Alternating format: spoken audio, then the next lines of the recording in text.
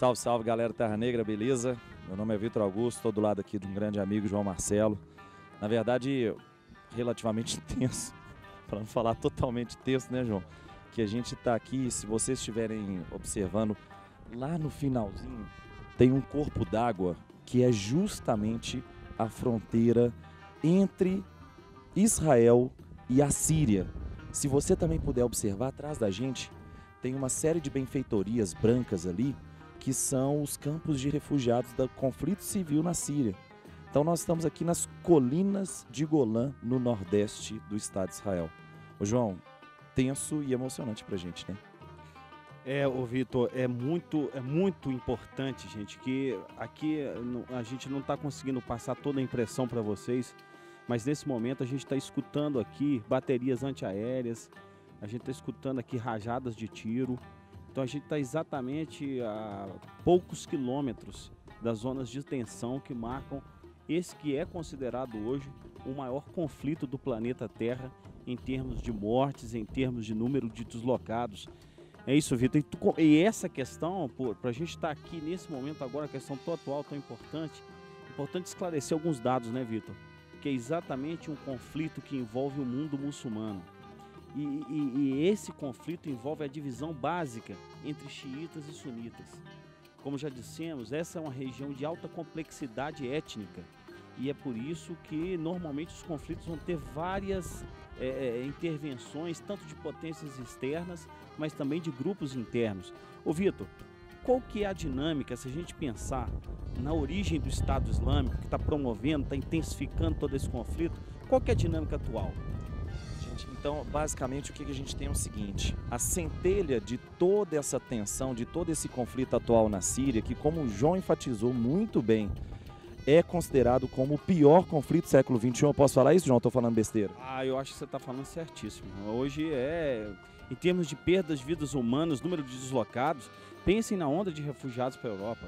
É impressionante. Então, se a gente for colocar o cerne de tudo isso, eu poderia estipular que estaria lá na Primavera Árabe, com uma série de manifestações sucessivas, uma série de questionamentos da população do dito mundo árabe em relação aos regimes déspotas locais.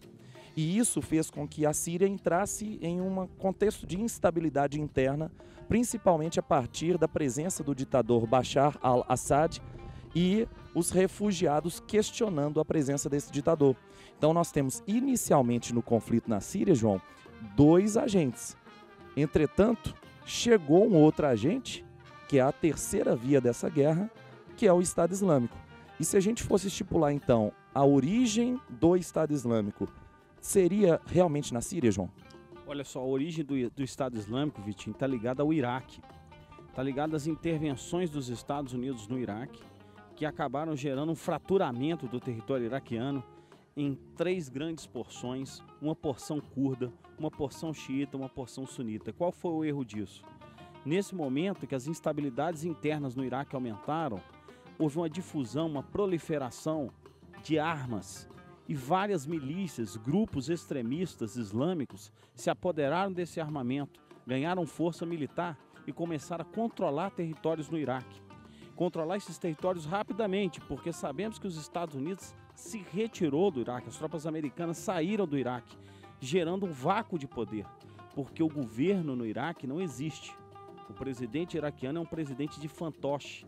Então esse país se dividiu em 3 porções, o Estado Islâmico ganha força, tem um poder de propaganda ideológica absurdo, e é isso que nós estamos vendo aqui, né? Nós estamos na fronteira com Israel, uma das áreas mais seguras do mundo se a gente pensar em Israel. E nós estamos aqui presenciando assim, a proximidade dessa tensão, né, Vitor? Eu estou achando, inclusive, muito impressionante, porque a gente que fica dentro da caixa, estudando, analisando, lendo, quando a gente chega próxima a essa grande zona de tensão, o susto é muito grande, porque ao passar aqui pelas colinas de Golã, nós podemos observar uma série de acampamentos militares israelenses altamente armados. Eu entendo, eu concordo que Israel ainda não está envolvido nesse conflito, mas a guerra civil na Síria não começou ontem e não vai terminar amanhã. E por isso que é tão importante, tão complexo que a gente entenda um pouco mais sobre essas questões aqui. Mas, ô João, em relação ao jogo de poderes que existe envolvendo a guerra civil na Síria, nós temos também um grande questionamento. Porque qual é a posição do Conselho de Segurança Permanente da ONU? Me parece, e eu não sei se você vai concordar comigo, que existe uma rixa interna justamente naquela instituição supranacional de ordem militar mais importante do planeta, que é o Conselho de Segurança Permanente da ONU, em relação a esse massacre que nós estamos vendo, a esse absurdo para a humanidade que nós estamos vendo na questão síria, né? Tá rachado mesmo, né, Vitor? Tá rachado mesmo, porque nós sabemos que a Rússia tem um apoio quase que incondicional à ditadura de Bashar al-Assad, apoiou integralmente, inclusive apoiando no sentido de fornecimento de armas. Nós sabemos da interferência dos Estados Unidos. Aí, nossa, de novo aqui. Sabemos da interferência dos Estados Unidos no contexto da Primavera Árabe, quando financiou grupos sunitas, os chamados rebeldes. Então, os Estados Unidos também equipa grupos rivais ao governo de Bashar al-Assad, mas que passam a ter também conexões com o Estado Islâmico. Esse fraturamento de poder na Síria gera também o quê? Gera uma expansão do Estado Islâmico no território sírio.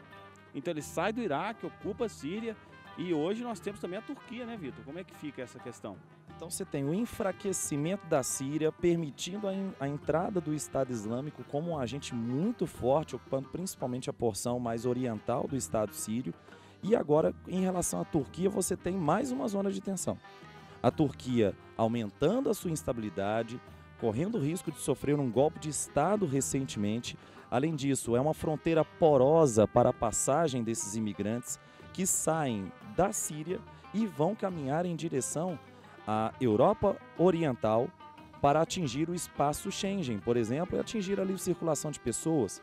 Só que aí tem um detalhe, João, até para a gente eliminar de uma vez por todas o grande paradigma e o grande pensamento da mídia internacional.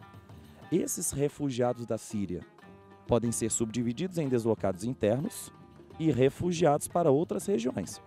Só que aqueles que saem do seu país, eles saem justamente para a Europa porque eles querem boa vida na Alemanha? Não, infelizmente as condições de vida desses refugiados são muito precárias. Nós estamos vendo aqui que Israel chega a receber alguns desses refugiados, mas os principais receptores são países do Oriente Médio. Temos que lembrar que o Líbano recebeu mais de 1 milhão de refugiados sírios. A Turquia já recebeu mais de 2 milhões de refugiados. Isso tem gerado instabilidades dentro desses países também.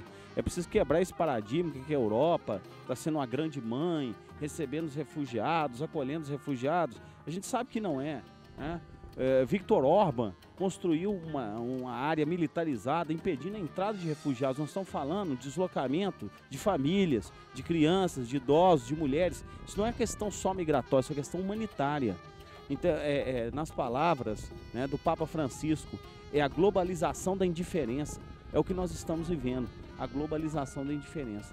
Enquanto isso, nós já temos aí quase 400 mil mortos nessa guerra civil da Síria. E é realmente muito triste a gente estar ouvindo isso aqui tudo aqui perto e pensar que famílias estão sendo destroçadas nessa guerra.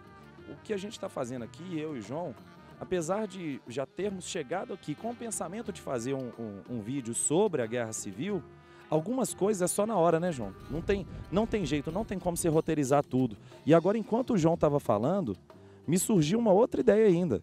Olha só que interessante. Por que a gente não pensa numa outra ótica? Quem são os integrantes do Estado Islâmico? Porque da mesma forma que a gente vê uma falta de humanidade aqui com os refugiados sírios, nós vemos falta de humanidade no tratamento dos muçulmanos, negros, franceses, que nasceram na França, que são franceses e são cooptados pelo Estado Islâmico. Olha que curioso, né, João? Você tem a falta de humanidade de um lado, ao não tratar da forma como deveria ser tratado, da forma mais humanitária possível, oferecer não boas condições de vida, oferecer condições de vida para esses refugiados, mas também a gente tem que pensar por que esses caras estão sendo cooptados, por que o canto da sereia é tão atrativo para que eles sejam cooptados, mas não para, é impressionante, é assustador, gente. Então, por que que esse canto da sereia é tão chamativo, né, João? Eu fico muito chateado por isso, porque não é um erro do Oriente, não é um erro do Ocidente, é um erro humanitário. A gente tem que solucionar isso. Perfeito. É isso, pessoal. É uma emoção muito diferente estar aqui. Eu confesso a vocês que, assim, eu e o Vitor aqui, a equipe do Terra Negra que está aqui, a gente, Juninho que está aqui atrás da câmera, o William que está ali também, pessoal, minha esposa, meu filho que está dormindo dentro do carro, né? Chega a emocionar mesmo, sabe? Pensar Isso é verdade. o sofrimento dessas pessoas chega a bater muito forte. Que Deus olhe por todos. Então fica aí um pedido para todo mundo, para quando vocês puderem, estudem questão síria, compadeçam da dor dessas pessoas, porque isso aqui é uma tragédia humanitária. Então, um grande abraço a todos vocês e tchau, tchau. Fiquei com vontade de chorar, cara.